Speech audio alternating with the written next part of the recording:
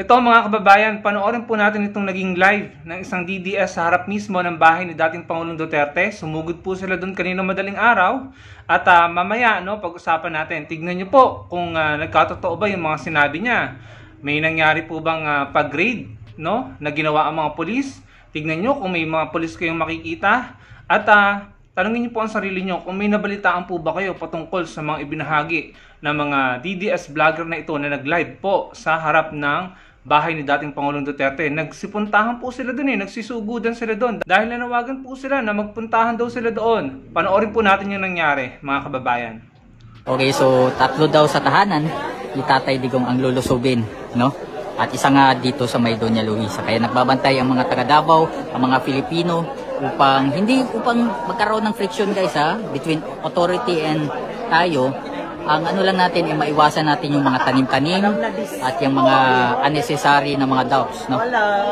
Syempre, ang ating pangunahing sandata lamang dito ay ang social media, no? Live tayo kaya imposible talagang matapos to, guys. So dahil yan sa suporta natin kay Tatay Digong, doon tayo sa katotohanan. Ito po ang nangyayari ngayon sa Davao City, one of the safest cities in Southeast Asia. Nagkakaganito. There's something wrong with this leadership, no? Bakit ginaganito ang isang syudad dito sa Pilipinas na dapat sana ay gawing modelo, no? Pero ang nangyayari is sinisira, ng liderato. I don't know kung naiinggit ba or gusto lang talagang sirain ang Davao City. Bahala mo dira, I'll stand by the gate. I'll stand by the gate. Tay, if you're watching, I will stand and protect your gate.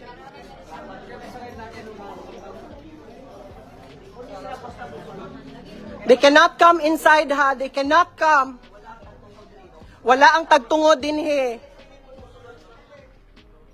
As of now, people are arriving. Paunti-unti, pagagmay-gagmay, but people are arriving. But we still need more people to come here. And like I said, I will stand here. Naami diri karon ako personally sa gate ni Tatay Digong. Please protect the Davaoenos. Please protect us here. Please paadtuan din for sure di man na sila manghilabot namo, pero wala diri ang tag-iya o tagtungod. So I don't think. Oh my gosh. Wala ni kay consider sa ilaha dito. Anytime daw kung musulod sila di kay may tendency nga magagubot manukol man gini ana siya nga medyo ta. Wala ta tumod diri. Ana siya nga so di mi mahadlok because Gov is with us. Manukol gini. Nay nagapito. Gov is standing with us. There's no need to be afraid. But we still need people here. All of the volunteers na naa dinhi, kami nakatunggamay pa lang, gitagaan mi og pito. Gitagaan mi og pito karon. Just in case something happens, something comes, ready na. So, wala na kayo ko nahadlok because Gov is with us. As of the moment as we speak, naa si Gov with us.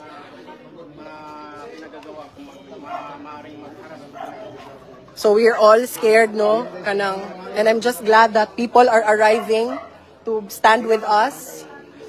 But again, guys, mga Davaoenos, kailangan gihapon na mo og tao diri. Gamay lang gyud kaayo mi pa. So if makamata mo or matapa mo, please, we need your help.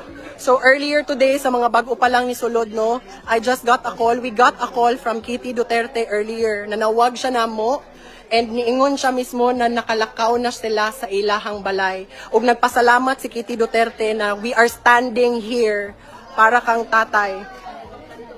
But, like I said, kulang gihapon mi. But safe na sila Kitty, nakahawa na si Kitty, niingon si Kitty nga naay muabot para muadto sa tulo ka balay nila. That's why we are scattered, But diri ata gyud ang diri sa balay ni Tatay Digong ang pinaka-importante na bantayan.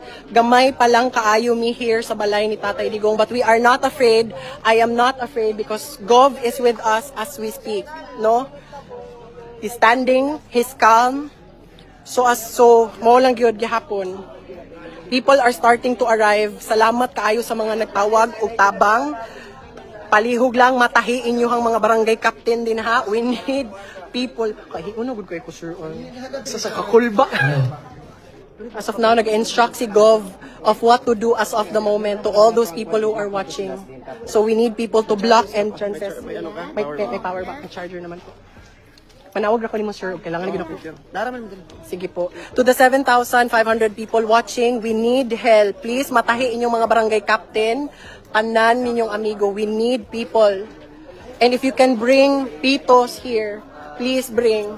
As of now, people are arriving, no? Yeah, we got a call from Kitty po kanina. Tumawag po si Kitty. Sabi niya, nakaalis na po daw sila sa bahay nila, but they need help. Kay, niabot na daw to. Dito mismo Sa house kung asa siya gastay karon. Katong isa kabalay nila. Opo. So, sabi ni Kitty, the instructions ni Kitty sa amin kanina po was to bring people here because ngayon daw po darating. Sa karon, we just got a call from Kitty Duterte. Si Kitty just called the team na naadin hi karon. She already announced, Kitty Duterte announced that they left the house already at this hour. Nilakaw na sila, nangita na sila attorney. And Kitty told us specifically, personally over the phone, na naay mo abot sa tanan balay ni Tatay Digong. So we need help from the... Kulba man ni uy, makuyawan sa taani uy. We need help kay gamay lang mi karon dinhi sa balay ni Tatay Digong. We need the Davaoenos to come with us kay naay mo abot karon today, tonight, because today naka-schedule di ay ang pag-adto o pag-check o pagsulod dire sa balay nila Tatay Digong. Nag-abot na? Please, we need backup. Palihog lang. Nandiyan na po. Nasa likod. Naanay mga pulis sa likod? Naanay mga pulis sa likod? Please, we need help. Please, we need help. I need whistle po. We need help here sa balay ni Tatay Digong, guys. We need help. Please come. We need help. Please, adto mo, tabangi mi. Niabot na sila, dire daw. Oh my. Please, tawag please. Tawag na please. Please, we need help. Kinsay maka... Wait lang. Please, oy, kalma ha, kalma lang.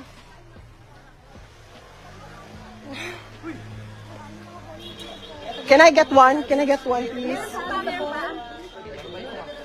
Please blow your whistle pag...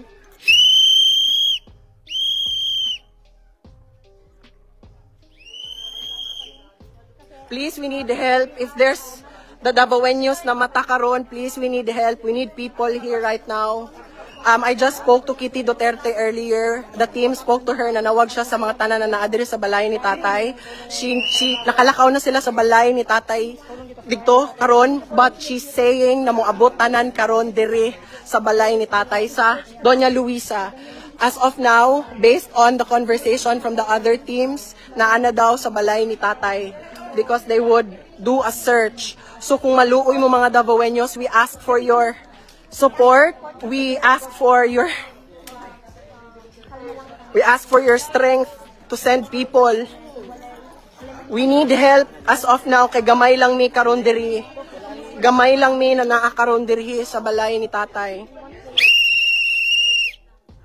Kung sino ang available today, panic mode tanan tao din hikaron. Gamay lang mi guys. Sobrang gamay lang mi. Naana sa likod. Kakalma, sorry kaayo kay dili ko kakalma as of the moment kay nagapanik tanan tao kay gamay lang mi dire. Live ni, yes, gamay lang mi karon dire. And we need backup. We need help. Nagakurog mi din kay gamay lang mi. And naana sa likod sa balay ni Tatay Digong ang mga nanay unsa to nanay SAF? CIDG. So we need help, everyone. I will continue to go live as much as I can hantod sa kaya namo diri, but we need help kay gamay ra kaayo mi. nagapanik na ang tanan tao karon.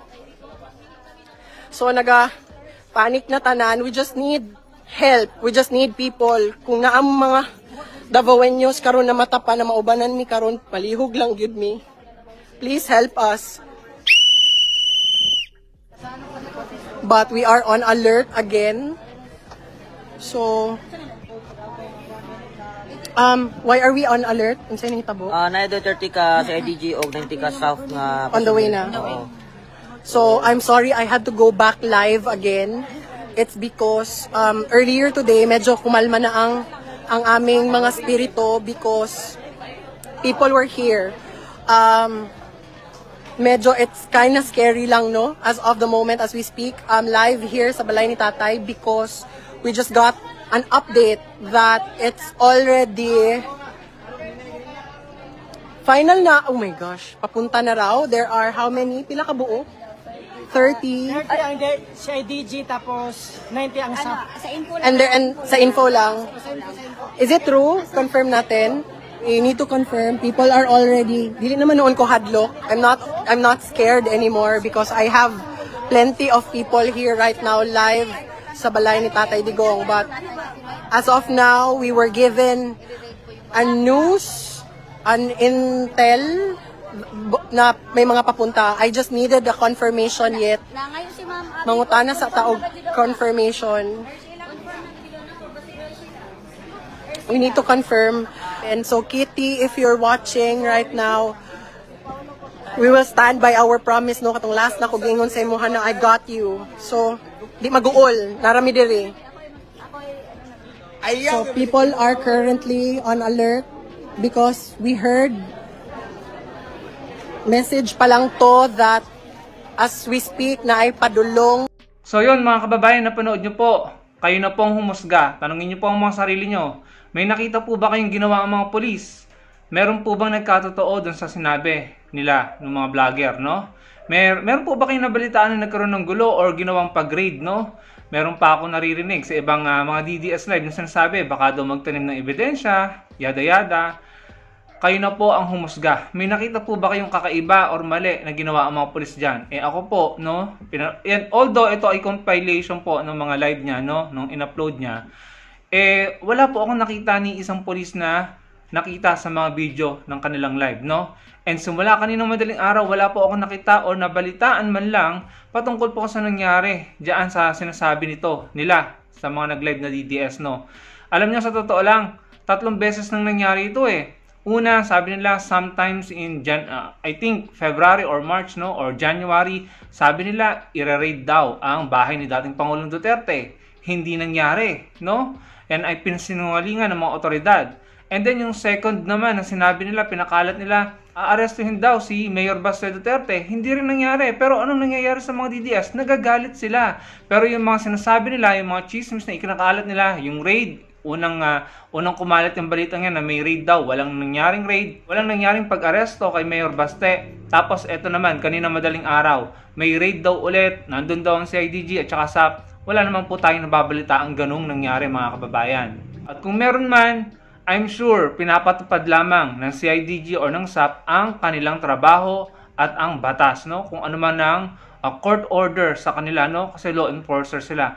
At para sa akin, kung naandyan kayo, mga DDS, at haharang kayo dyan, no? Sa gate, sabi nung isang vlogger, nandun daw siya sa gate at tatayo siya doon, sa pagkakaunawa ko.